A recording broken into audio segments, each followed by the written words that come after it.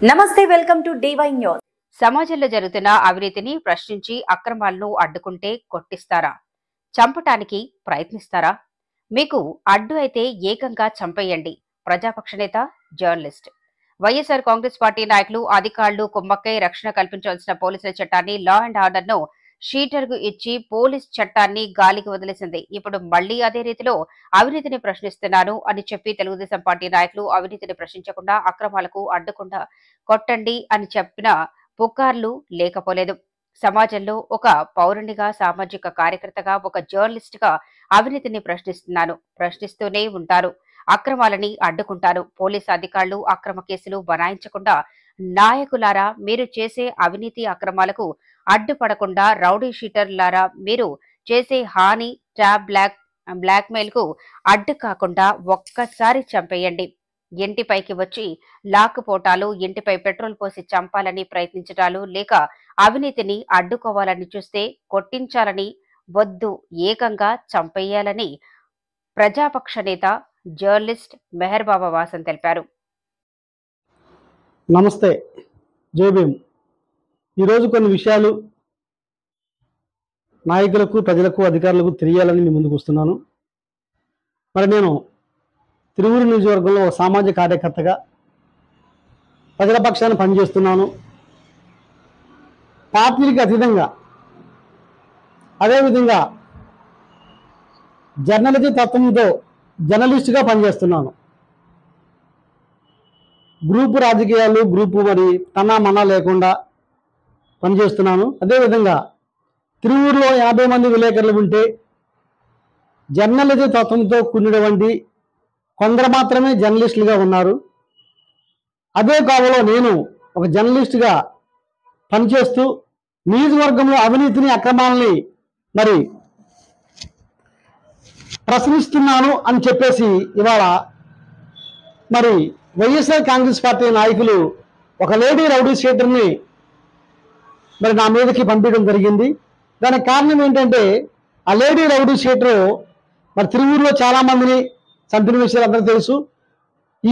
ఈ మధ్యకాలంలో అన్నయ్యల మీద పడి భైరవంలో గురి చేస్తూ మరి ఒక వ్యక్తి ఇంటి మీదకి వెళ్ళి అతను రౌడీజంతో కొట్టినటువంటి సందర్భంలో కొంతమంది విలేకరులు, మరి కొందరు అప్పటి అధికార పార్టీ నాయకులు ఈ వార్తని మరి చీకటి పరిస్తే, మరుగుపరిస్తే ఆ వార్తను నేను వెలికి తీసి వార్తగా వేసి సమాజానికి, అధికారుల దృష్టిలో పెట్టినందుకు మరి వైఎస్ఆర్ కాంగ్రెస్ పార్టీ నాయకులు ఆ లేడీ రౌడీ షీటర్ని నా మీదకి ఉసుగలిపి మరి నన్ను కొట్టడానికి మరి పంపిన సందర్భంలో ఒకసారి మనం చూద్దాం. వీడియో చూడండి.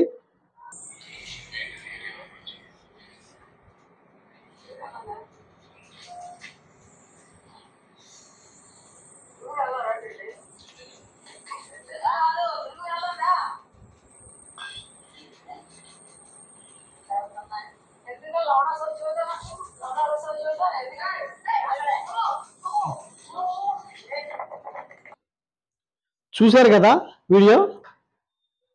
అవినీతిని చీకటి చేసి ఒక రౌడీ షీటర్ చేసినటువంటి అగత్యాన్ని వెలుగులో తీసుకొచ్చినందుకు మరి నా ఇంటి మీదకి వైఎస్ఆర్ కాంగ్రెస్ పార్టీ నాయకులు ఏమీ చేయలేక మరి రౌడీ షీటర్ని మరి నా ఇంటి మీద పంపించిన సందర్భంలో మరి ఆ రౌడీ షీటర్ ఒక జర్నలిస్ట్ని ఏం చేస్తుందో ఒకసారి మనం చూద్దాం వీడియో.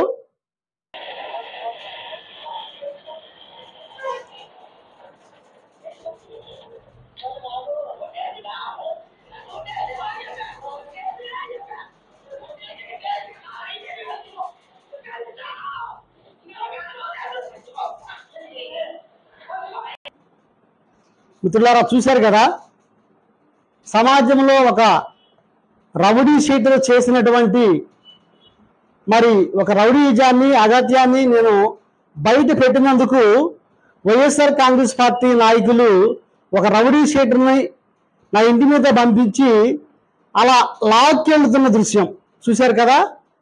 మరి అందుకు పోలీసు వారు కూడా తొత్తుగా పనిచేసి ఈ రౌడీ షీటర్కి మరి చట్టాన్ని ఆమె చుట్టాన్ని చేశారు.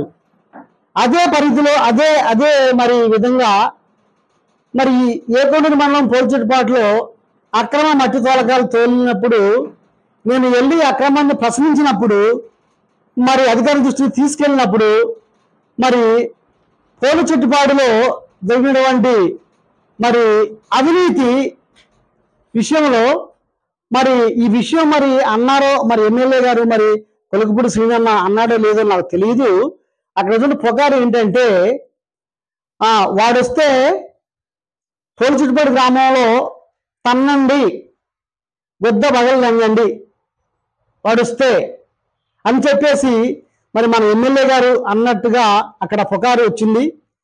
మరి శ్రీనన్న నీకు మనవి చేస్తున్నాను, నన్ను తన్నేది గుద్ద బగలు లంగిచ్చేది ఎందుకంటే ఇవాళ వైఎస్ఆర్సీపీ రెబల్ అభ్యర్థిగా పోటీ చేసి నేను అభ్యర్థుల్ని ఏకి ఉతికి ఆరేసి వారి లోపాలన్నీ ప్రజల్లోకి తీసుకెళ్ళి మరి మీకు అనుకూలంగా ఉండి మీ వార్తలు అనుకూలంగా పెట్టి మరి మీరు గెలవాలి, మరి చిన్ని గారు గెలవాలి, రాష్ట్రంలో మరి తెలుగుదేశం పార్టీ అధికారంలో రావాలి అని అనేక విధాలుగా నేను ప్రచారం చేస్తూ ఇప్పటి నుంచి కాదు, ఒక నిజాయితీ గల జర్నలిస్టుగా పేపర్ పరంగా కానీ ఇంకే పరంగానే నేను ఎన్నికలలో మీకు సపోర్ట్ చేసినందుకు నన్ను గుద్ద బగలు దింగించాలని అని చెప్పారా?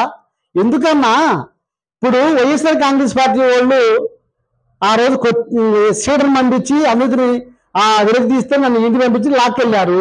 అదేవిధంగా ఎన్నికల కౌంటింగ్ 2 రోజులు ఉన్నానగా ముందే నా ఇంట్లో పెట్రోల్ పోసి మరి నిప్పు పెట్టి చంపాలని ప్లాన్ చేసి నిప్పు పెడితే ఇంతవరకు పోలీసు వారు పట్టించుకోలేదు. అట్లా బతికాను. ఇప్పుడు మీరు కూడా అదే కావులోకి వచ్చి మీరు చేసే అవినీతికి సమాజంలో మీరు ప్రశ్నిస్తున్నాను అడ్డుపడుతున్నారని నన్ను కొట్టమని చెప్పారంట. కొట్టడం ఎందుకన్నా?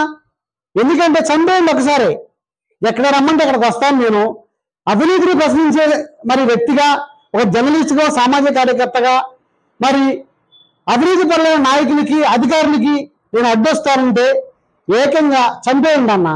ఎందుకంటే ఇటువంటి మరి నిజాయితీ పరులు జర్నలిస్టులు మరి చచ్చిపోతే సమాజంలో మీలాంటి దోసుకుని అవినీతి పరులకి మరి అడ్డు ఉన్నది. కాబట్టి అధికారులారా, నాయకులారా, ఇవి ఒకటే చెబుతున్నాను, నన్ను చంపేసేయండి. చంపేస్తే మీకు ఎటువంటి అడ్డు ఉండదు, నియోజకవర్గాన్ని నిలిచినట్టుగా దోసుకోవచ్చు. మరి శ్రీనన్న మనవి చేస్తున్నాను, మీరు ఎందుకు ఈ మాట అన్నారో నాకు తెలియదు, కానీ ఒకవేళ మీ గెలుపు కోరి మీకోసం నేను తమిళనాడు రాష్ట్రంలో ఉన్నటువంటి మరి నాగపట్నంకి వెళ్ళి మొక్కు తీర్చుకొని మోకాళ్ళ మీద నడిచి అన్నదానం చేసినందుక నన్ను కొట్టమని చెబుతున్నారు.